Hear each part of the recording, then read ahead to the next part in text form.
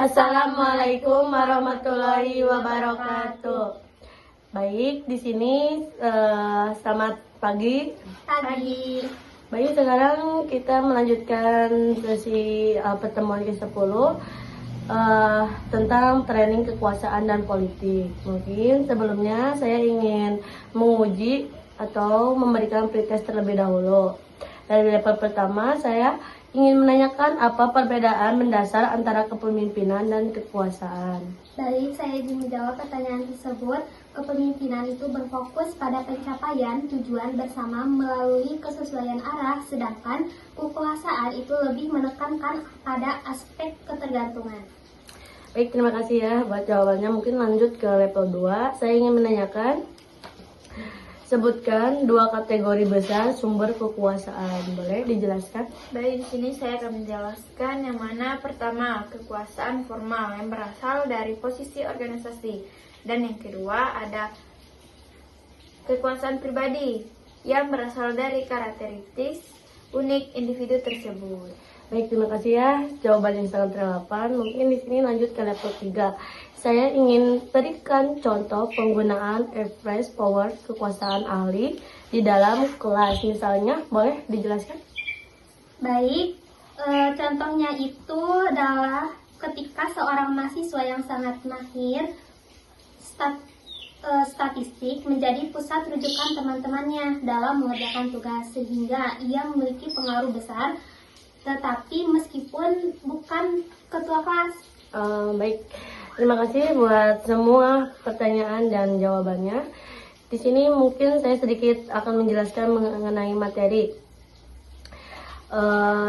Sekarang ke konsep kekuasaan dan politik dulu. Yang pertama ada 5 sumber kekuasaan, yaitu berdasarkan rasa takut akan hasil negatif atau sanksi. Terus ada reward power. Terus ada juga legitimate power, struktur formal di organisasi, ada express power, dan ada referencer power, dan mungkin yang terakhir ada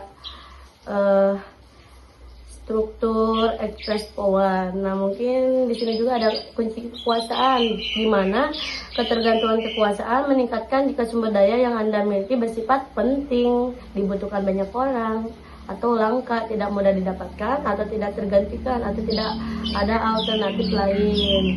Dan mungkin di sini ada perilaku politik. Dalam organisasi politik adalah aktivitas yang tidak dipersyaratkan sebagai bagian dari peran formal, tetapi digunakan untuk mempengaruhi distribusi keuntungan di dalam organisasi.